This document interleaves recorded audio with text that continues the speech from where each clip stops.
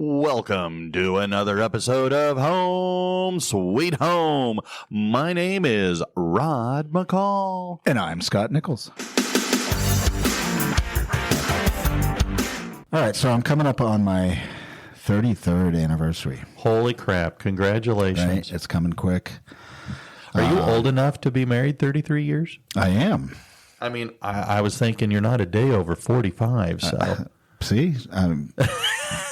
That's just the good genes, I guess. Or something. Oh, okay.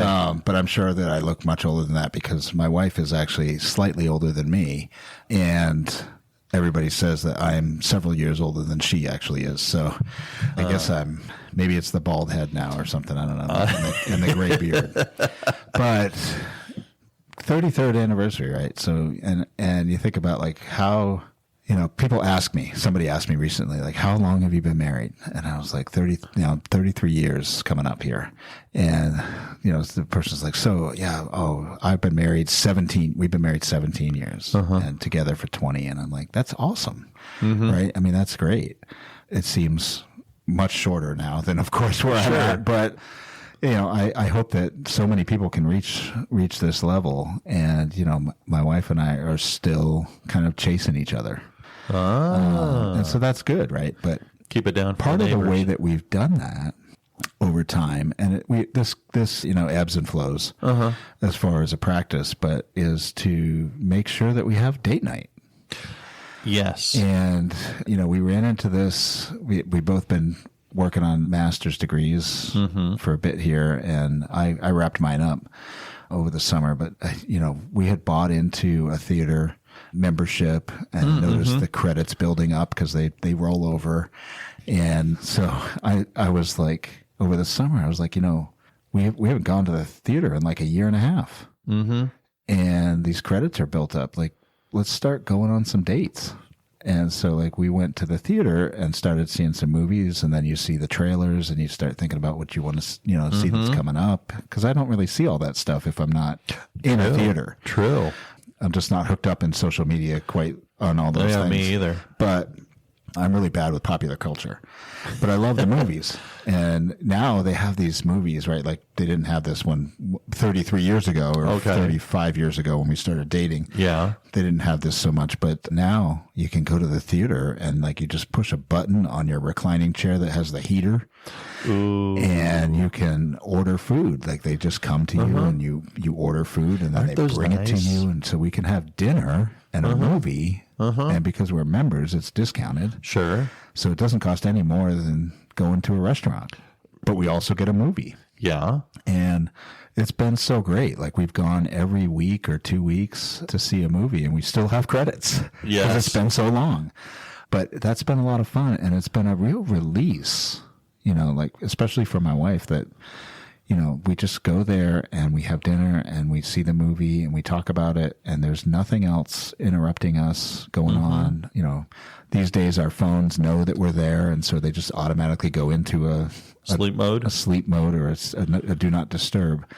And it's been wonderful. And I just think that as I reflect on the 33 years, that those have been the times when we've done date nights that have produced some of our best times in our marriage. Mm-hmm. And so I think that, reconnecting in that way frequently is a good thing. Relationships are hard. Sure. They are work. And I shared this before, so it's nothing new, but relationships are like a bank account. Yeah. You got to put deposits in before you can start making withdrawals, because if you do withdrawals way more than you put in deposits, you're going to be overdrawn. Right. And like with a bank account, relationships can go bankrupt. Yep. And so, these date nights are putting in deposits to make that relationship have a good foundation for the withdrawals of life. Yeah. I will say that, we started out our marriage. I was 19, she was 20. So now you can know the age. And she, we started that out very early And before we got married, more like when I was 17, 18, we talked about marriage, and we talked about what we wanted for marriage and kids and all kinds of stuff, things that 17, 18-year-olds don't talk about. Not normally. Almost like what you would do if you went to a professional marriage counseling, but Sure. kind of on our own. And, we made a commitment to never discuss or never bring up the word divorce. Okay. And so we've never done that. We've never brought that up. We've never considered it. But, it's not all rosy every minute No. of 33 years, right? So we have had our struggles. But I will say that the times of struggle came when we didn't pay attention to each other. Makes sense. Right? When we didn't spend time together, when we didn't intentionally schedule, and you think, well, that's not romantic. You shouldn't have to intentionally do it. Well, life is busy, right? Sure. And so you have to make the room to keep fostering that relationship. As you say that, again, I went down this rabbit hole 15 years ago because of my divorce. Sure.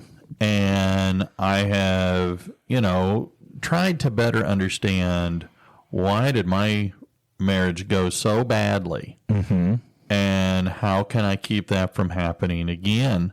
And so I've invested a decent amount of time trying to better understand relationships. Right. Because my mom and dad, until my dad passed away a few years ago, they had 62, 63 years of marriage. Yeah. And they made it look so freaking easy. Sure.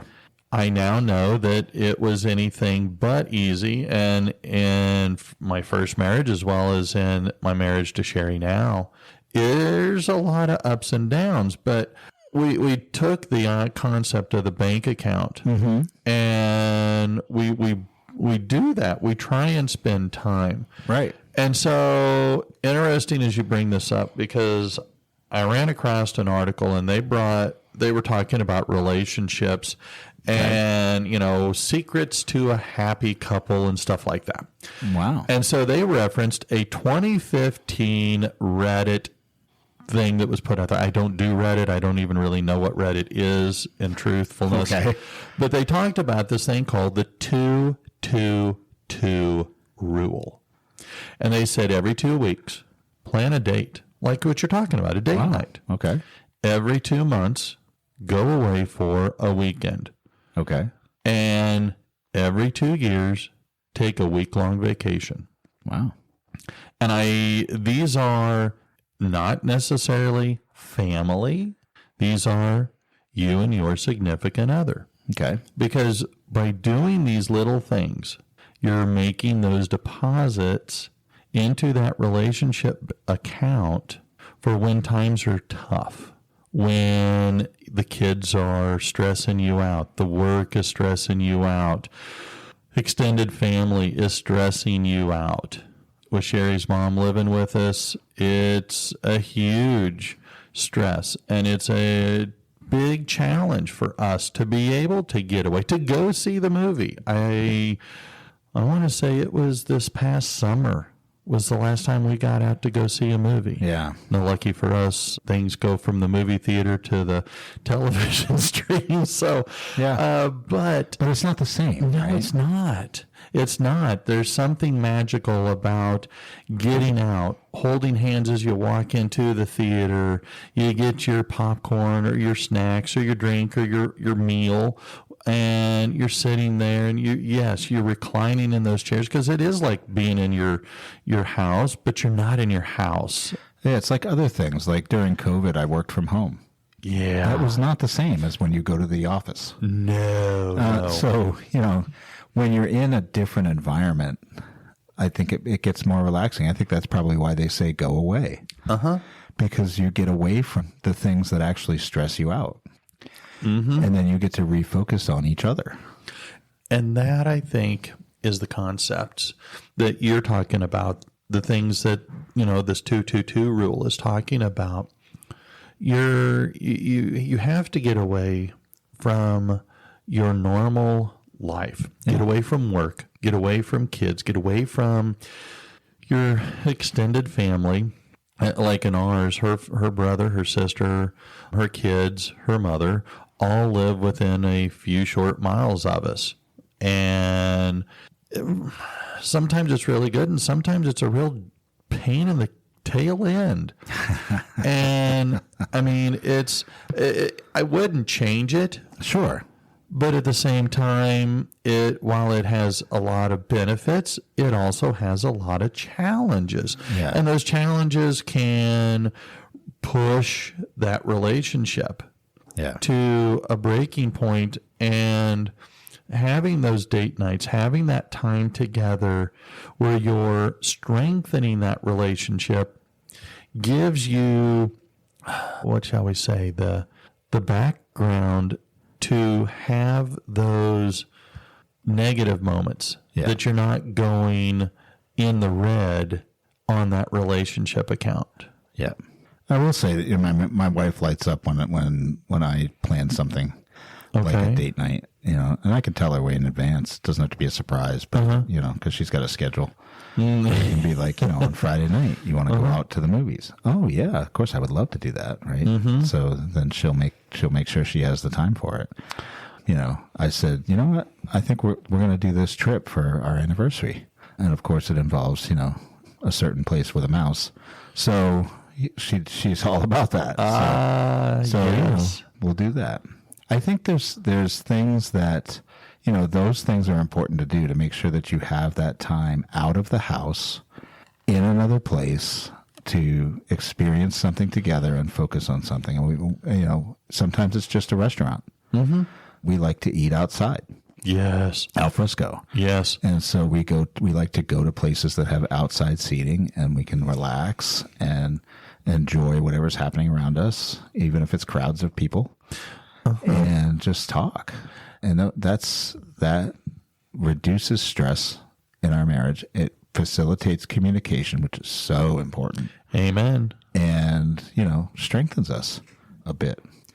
So I think that, that's really important. So there's a second part of this that I wasn't looking at your article, so I don't know if that's in there, but I want to say that what I have experienced in my own life is that when I do things for her, with her in mind, that really helps as well. And I'm sure she does the same thing, right? I know she does things with me in mind, but I can only talk from my perspective, right? Sure. So, when I come home with just a little thing of flowers from the grocery store, she loves it. Yeah. And it really just lets her know that I was thinking of her. Then, if I just do the dishes, she doesn't have to, because it's not her job per se in our relationship. So I just make sure that I can do some little things that ease up her load and free up her to maybe even spend some time focusing on me. Sounds selfish, but that's not the motive, but it tends to be the result. I think that relationships require, it's a collaboration, a cooperation. It's not all one person give and one person all take. It needs to be a blend of give and take. And it's not, in the little things, I will say, how they talk about the straw that broke the camel's back. Yeah. It's not one or two or three big things. It's 100 small things. Right. So it's not one big gesture that saves the marriage. It could be 100 small gestures that save that relationship. And so by, a little act of kindness, a little act of unselfish behavior can, go a long way. And it's something that I witnessed my parents do. Yeah. And I never really appreciated the value of all those little things when I was married to Eric's mother. I mean, I would try a little here, a little there, but I just figured, well, if the intention is there, then that's good enough. Well, surprise, it required a lot more. And so with my relationship with Sherry, I'm trying to be more deliberate Right. more mindful of, you know what, the trash is getting full. Just go ahead and take it out. And don't make a big production about it. Yep. You know, even if she doesn't say anything, odds are she did notice. Yeah. Because odds are, if you don't take it out, then she'll say, why didn't you?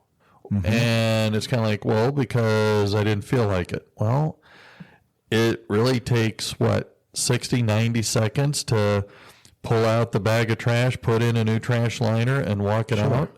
So it's a little bit of effort on my part, but in our case, I got to walk out to, a lot of times I'll take the trash out when I'm headed out the garage to go somewhere. Right. Well, all right, so I'm adding an extra 15, 20 steps to go out to the trash can at the edge of the curb and back to the car. Such a tough life there. Oh, God, yes. Tough life. Yes. But at the same time, what does that help? Same way with, there's a couple of dishes there at the sink. Wash them up, throw them in the dishwasher. How hard is that? Exactly. But yet it makes the kitchen counter look a lot cleaner. I totally agree with you. Yeah. It's not a lot of... One of the things that my wife stressed early in our marriage, or said early, was, she doesn't like clutter. She doesn't like messes. It stresses her out. And so that's an easy thing for me, right? Like, I'm always washing the dishes, whatever's there. And I actually like washing dishes. It's something and I'll hand wash a lot of them because it's just relaxing, right? Okay. To me, I think I've heard that from other people, but it's relaxing overall. But it also helps her relax. Okay. And so it's easy, right? I mean, it's just the two of us, right? Like when we had 3 kids at home, that was a much bigger chore. And of course, I would want to have my kids take part in that chore. Yeah. Builds character. To learn that, right? To learn how to do all that. But now it's just us. And so that brings a different challenge, that you have to still focus on each other. You have to have meaning beyond being a parent. But that has to go back to, why did we get married, right? We actually loved each other. So we need to continue that. It is so easy for a person to become complacent in that relationship. Sure. That you take for granted that other person, and you can easily forget the little things that made you love them. Right. Or the little things that you did that made them love you. And I think that when relationships end, many times it's because of these little itty bitty things that we have done to create animosity. We've just, a little withdrawal. And next thing you know, they get frustrated. Yeah. And of course, it's tough to have that conversation, because tied in with all of this is the ability to communicate. Yeah.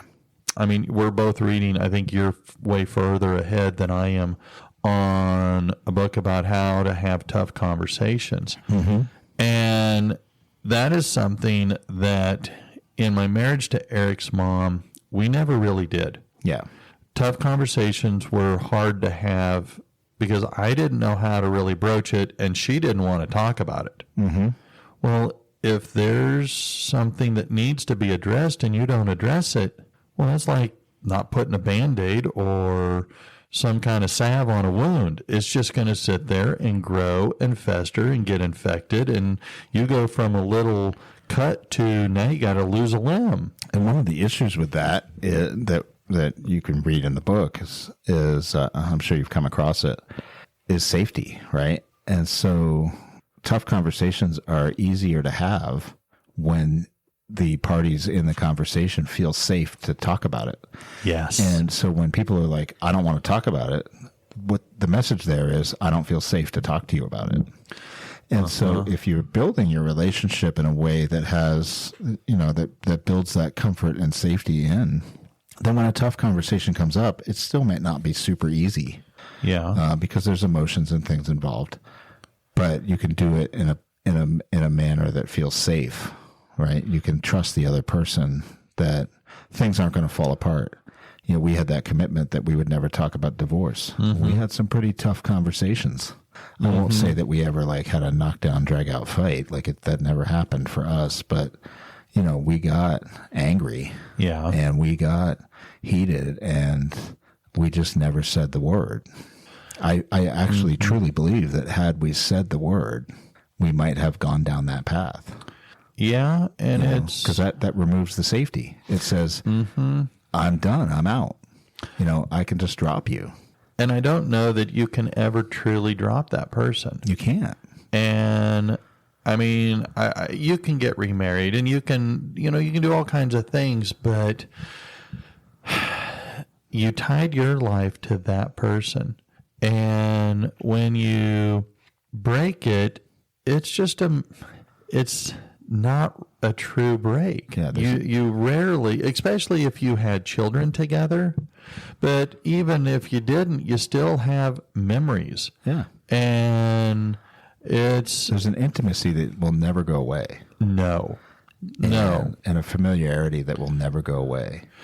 Well, as you talk about that, I have to share, one of my sisters just got remarried. Mm-hmm. She got remarried to her ex-husband. Oh, cool. And when they were married, they had a very challenging, let's rephrase that. Their definition, the way that their marriage worked for them was not one that I thought would work for me. Sure. At the end of the day, ultimately, it did not work for them, and they got divorced. Okay. And I was not there for a lot of this because, I've been living down here, and my sister lived up in Kansas still.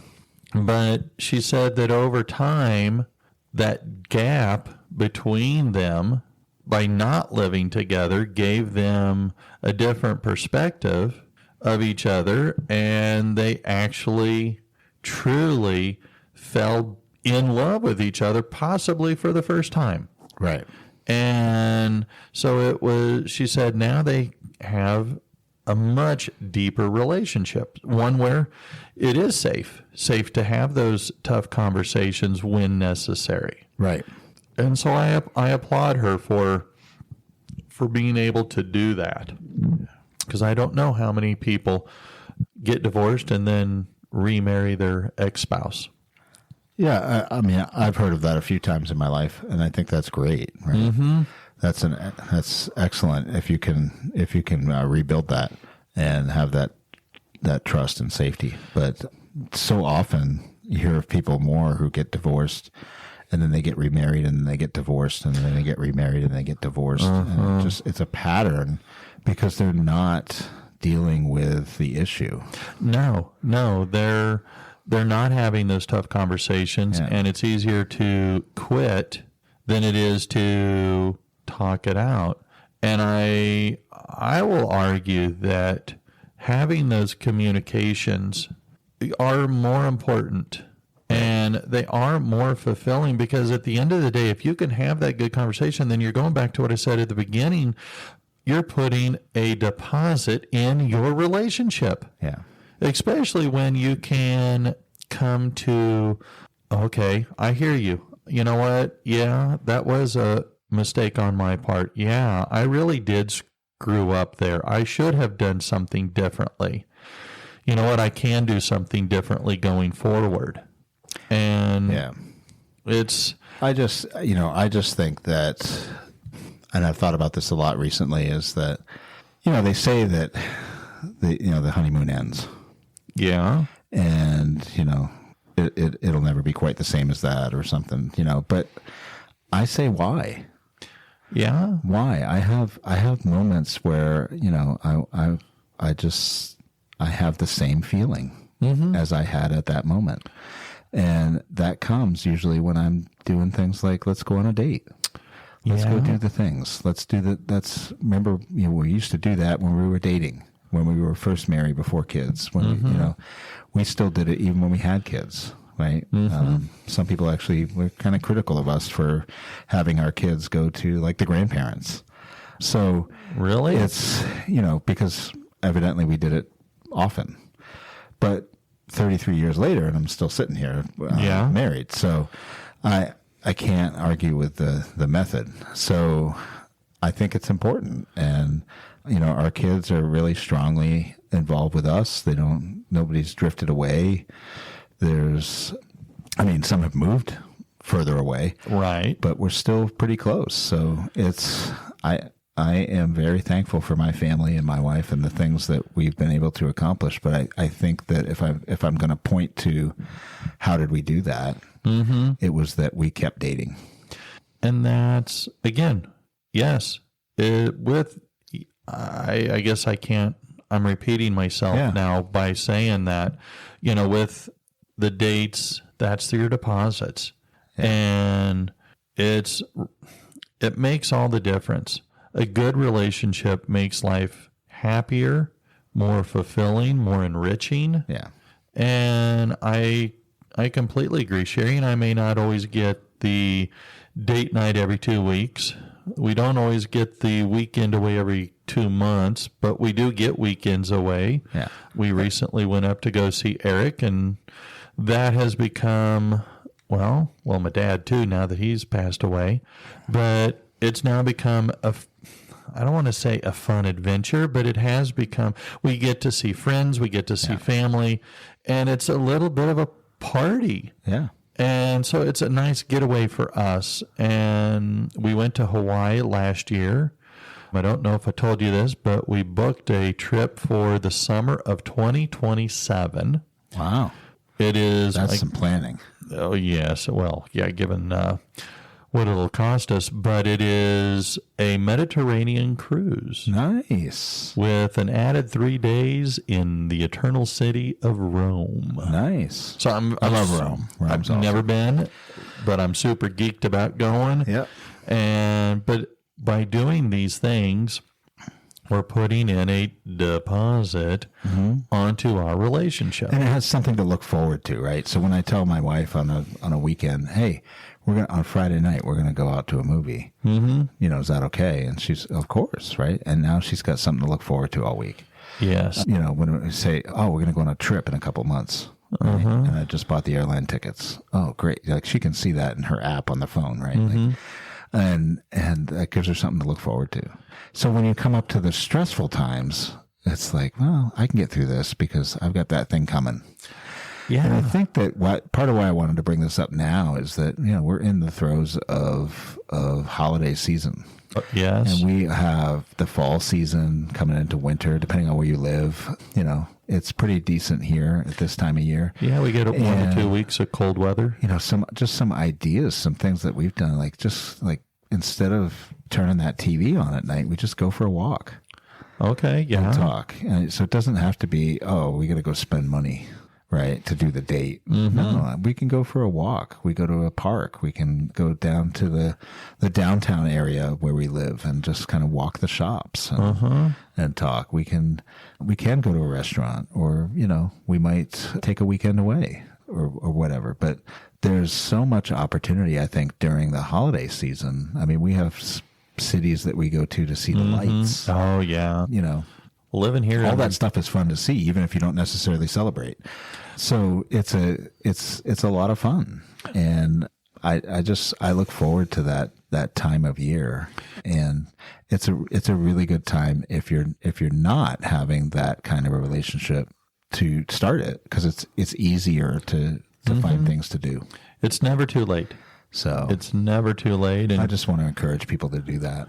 Well, yeah. And I'm glad, because it's a nice reminder that to help us keep in mind, why did we fall in love with that individual? Why did we create that relationship? Yeah. Because we liked them, and we still like them. And even if they annoy us, well, I like to say I'm an acquired taste. I was going to say, I hope you were talking about how you annoy Sherry. And not yes. Sherry. Oh, yeah. She rarely annoys me. So. It's usually the other way around.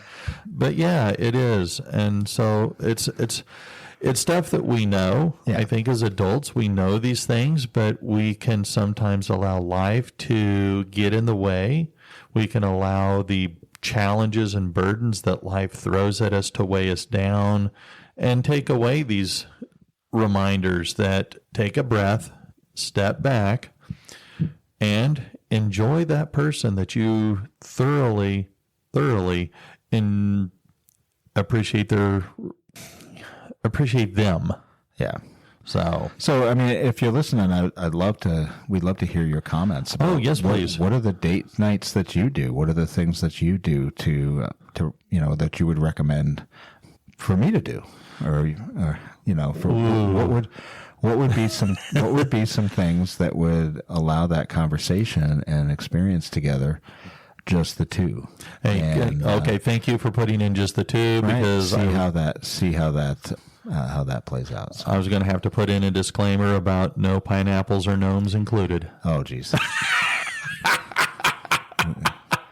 You didn't need to go there. So yeah, I mean, we'd love to hear your comments about, what the date nights are that you do. All right. Sounds good. That's all I got. So, love it. Well, thank you very much. And I guess that will do it for us today. All right. We'll see you next week. All righty. I'm Rod. I'm Scott. See ya. Bye.